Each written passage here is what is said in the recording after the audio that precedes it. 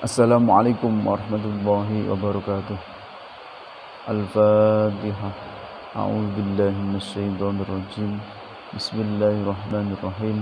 Alhamdulillahi rabbil alamin. Arrahmanir rahim. Maliki yaumiddin.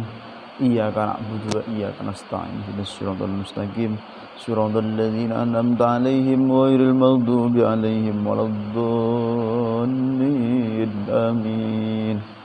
Al-Fatihah yang selanjutnya, semoga apapun hajat kita semuanya yang ngaji langsung di sini maupun yang lewat YouTube, semoga diberi Allah kemudahan, hajatnya dikabulkan Allah Subhanahu wa taala, bisa diberi keselamatan, diberi kemudahan dalam mencari rezeki, diberi kemudahan dalam beribadah, tetap Islam iman, dan semoga yang belum punya jodoh semoga dipertemukan dengan jodohnya yang soleh-solehah, yang belum punya dzurriyyah semoga diberi anak-anak yang soleh-solehah, berbakti kepada orang tua. Al-Fatihah.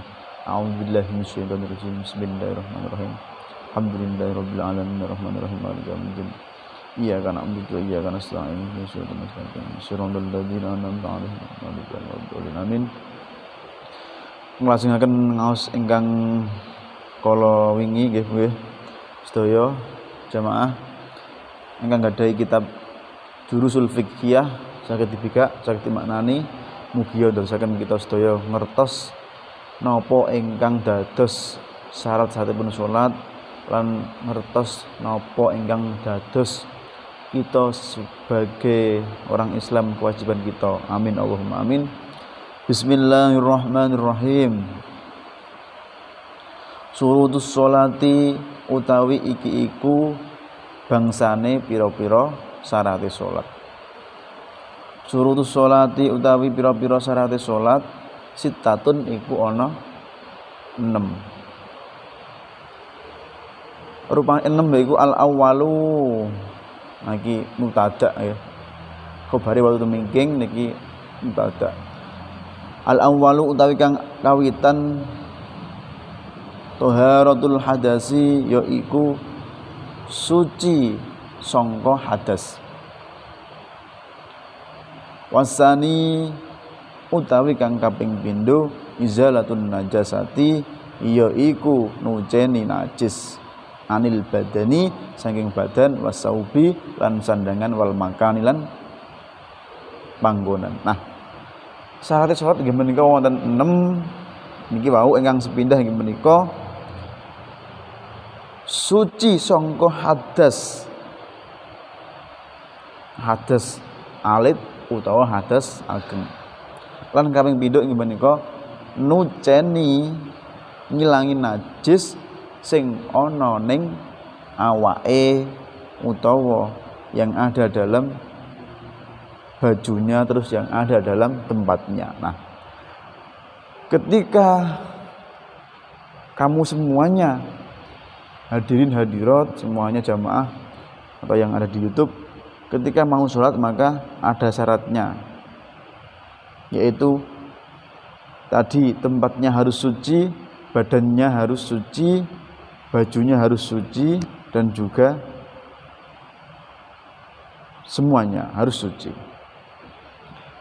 Wasalisu utawi kang kaping 3 satratul aurati yaiku nutupi aurat. Nah, ingkang kaping 3 inggih menika nutupi aurat nggih. Ten mriki sedaya ingkang ajeng nglakoni salat inggih menika harus menutup aurat. Inggih menika memakai baju, memakai sarung, dan kalau perempuan yaitu memakai mukena. Aurate perempuan apa? Aurate perempuan inggih menika wajah sama 2 epek-epek atau 2 telapak tangan.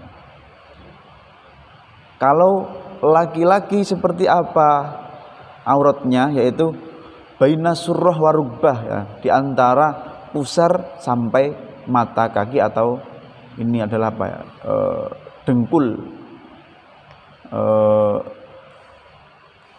sampai 1/4 ini, sampai kalau bahasa Jawanya adalah dengkul, tapi kalau bahasa Indonesia apa ya, mata kaki atau apa ini, perbatasan. Nah, bagaimana ketika laki-laki sudah menutupi auratnya dari pusar atau dari udel kalau bahasa Jawanya sampai tadi sampai surah rubah, ini bagaimana? Sah tapi kurang sopan. Ketika Anda mengetahui itu, ketika walaupun sah tapi kurang sopan, maka harus memakai baju yang bagus, memakai baju yang lengkap. Ketika Anda melakukan itu, maka Anda sudah menjadikan itu sebagai kesopanan terhadap ketika kita melakukan sholat atau kita menghadap Allah, maka itu adalah sopan. Sudah jelas nggih? Aurat, menutup aurat.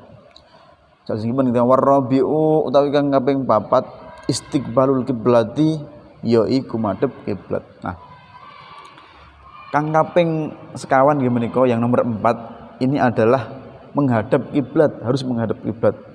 Kalau yang kita di Indonesia yaitu menghadap ke barat, menghadap ke Ka'bah, menghadap kiblat, istiqbalul kiblat. Wal khamisu utawi kang kaping 5 duhulul waqti iku manjinge wektu. Nah, yang nomor 5 ini adalah sudah masuknya waktu ketika duhur, yaitu sudah waktunya sholat duhur. Kalau sekarang adalah jam 12 kurang seperempat. Nah, itu sudah masuk waktunya. Jangan sampai Anda sholat belum waktunya ketika Anda melakukan sholat zuhur tapi di jam 11 atau jam 10, maka itu tidak sah. Jadi harus Anda melakukan sholat pada waktunya, yaitu duhulul waktu. Ketika Anda ini melakukan saat jamaah, maka Anda pasti tahu semua waktu-waktunya, karena sekarang sudah mudah, sudah didengarkan oleh adzan, Allahu Akbar, Allahu Akbar. Nah, ketika suara adzan itu, maka Anda sudah tahu bahwasannya ini adalah waktunya sholat asar, ini adalah waktunya sholat maghrib, ini adalah waktunya sholat isya, dan ini adalah waktunya sholat subuh.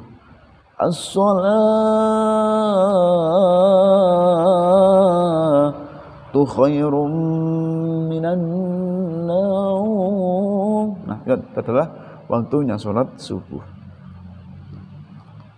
Wasadisu utawi kang kaping 6 ma'rifatu iku ngaweruhi, iku mengetahui furudiha. Nah, ma'rifatu furudiha iku mengetahui pira-pira fardune salat, kewajiban salat, wa sunaniha lan pira-pira sunnahe salat. Nah, yang nomor 6 yaitu mengetahui apa saja syarat-syaratnya sholat, apa-apa sunnah-sunnahnya sholat, apa yang harus dia lakukan, apa yang harus dia seperti apa, harus ada tumakninah, harus ada semuanya harus dia mengetahui dari awal, mulai dari suci sampai nantinya melakukan sholat. Jadi sudah jelas tadi, ketika jamaah semuanya, bapak-bapak, ibu-ibu, derek semuanya, ketika Anda mau melakukan sholat harus mengetahui 6 ini. Ketika Anda melakukan ini, maka sholat Anda pasti sah, sholat Anda pasti khusyuk, sholat Anda pasti diterima Allah Subhanahu wa Ta'ala. Kenapa harus serumit itu? Karena kita sebagai orang Islam itu menghadap kepada Allah, maka semuanya harus bersih, harus suci, harus sopan. Prioritasnya yaitu ketika kita menghadap kepada Allah, maka lebih sopan daripada kita menghadap ke presiden, kita menghadap ke bupati, kita menghadap ke semuanya. Jadi itu harus, esensinya adalah harus bersih, suci. jadinya kita sempurna. Sholat yang dilakukan dengan khusyuk, dengan suci badannya, sudah melakukan syarat-syaratnya ini, maka sholatnya akan tenang.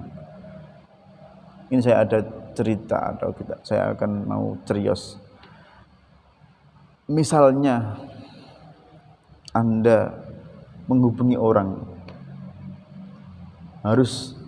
nomornya harus jelas, terus pulsanya harus ada, kuotanya harus ada, semuanya harus normal.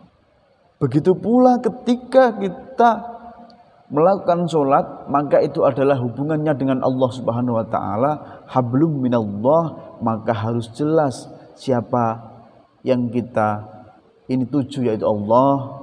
Bagaimana caranya harus tahu, ada secuci, ada bersih-bersih, ada wudhu, syarat-syaratnya sholat harus tahu. Kalau semuanya itu